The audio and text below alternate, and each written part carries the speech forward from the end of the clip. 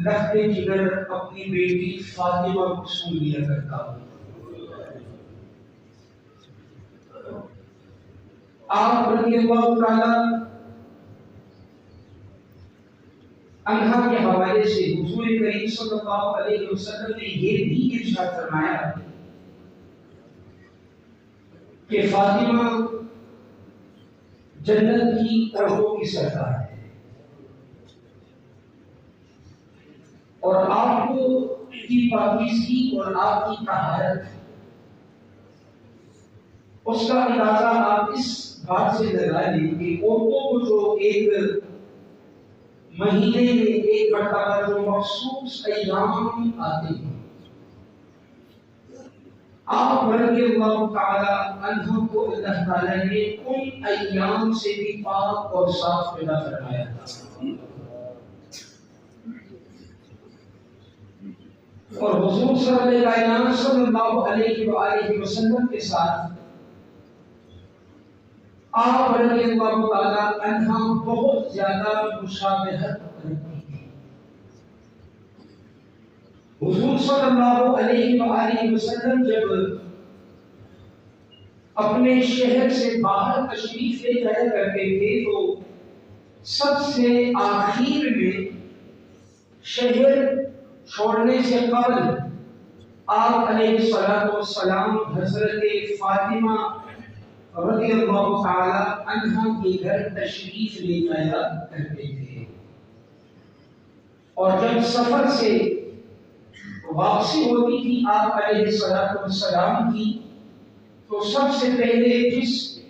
گھر میں آپ تشریف لے جایا کرتے تھے وہ گھر بھی حضرت فاطمہ الزہرا رضی اللہ تعالی عنہا ہی کا گھر تھا۔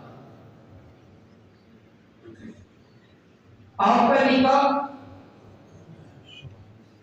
حضرت علی کرم اللہ وجہ الکریم کے ساتھ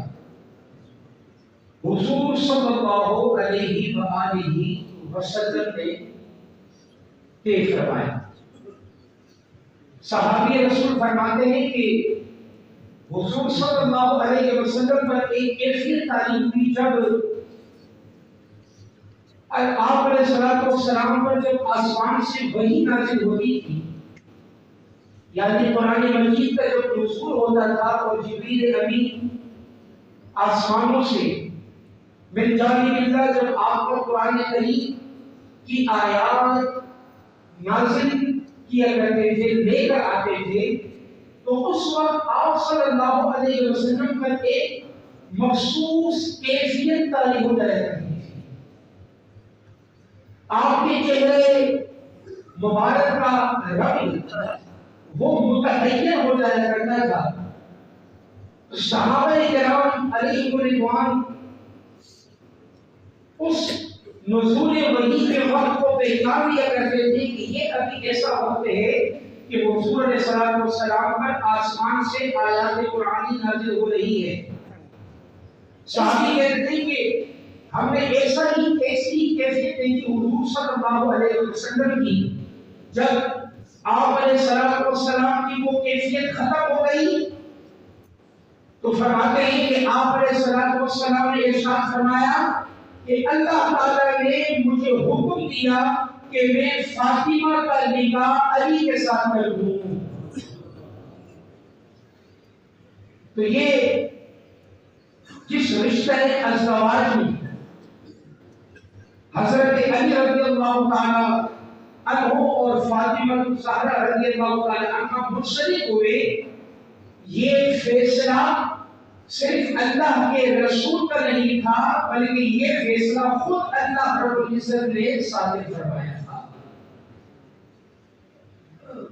اور آپ رضی اللہ تعالی عنہ کے حوالے سے آپ کی عبادت، آپ کی سخاوت، ایک مرتبہ کسی خاتون نے آپ سے پوچھا کہ اے فاطمہ رضی اللہ تعالی عنہ، 40 اونٹ اگر کسی کے پاس ہو تو اس 40 اونٹوں پر کتنی زکوٰۃ نکلتی ہے؟ اب یہ سوال پوچھنے والے نے سوال پوچھا تو اس کے جواب سے آپ خاتون جنت کی سخاوت کا آپ اندازہ لگائیں گے. جہاں دیگر اوصاف اللہ تعالیٰ نے آپ کو مرحمت فرمائیں گے، آپ کو عطا فرمائیں گے، وہی ان اوصاف میں ایک صفت سخاوت اللہ تعالیٰ نے آپ کو کس طرح عطا فرمائی تھی. خاتون سے آپ نے کہا، جواب دیا کہ یوں تو 40 اونٹ اگر کسی کے پاس ہو تو اس پر 1 اونٹ زکات نکلتی ہے. کتنی؟ 1 اونٹ زکات نکلتی ہے اگر کسی کے پاس 40 اونٹ ہو. لیکن اگر میرے پاس 40 اونٹ ہو تو میں 40 کے 40 اونٹ اللہ کے راہ میں قربان کروں. یوں تو ایک ہے، لیکن اگر میرے پاس 40 اونٹ ہو تو میں 1 اونٹ بھی اپنے پاس نہ رکھوں، بلکہ اللہ کی رضا کے خاطر سارے کے سارے اونٹ میں اللہ کے نام کر دوں، اللہ کی راہ میں اسے قربان کر دوں. اور اگر آپ کی زہد و تقوی اور آپ کی عبادت کی بات کی جائے،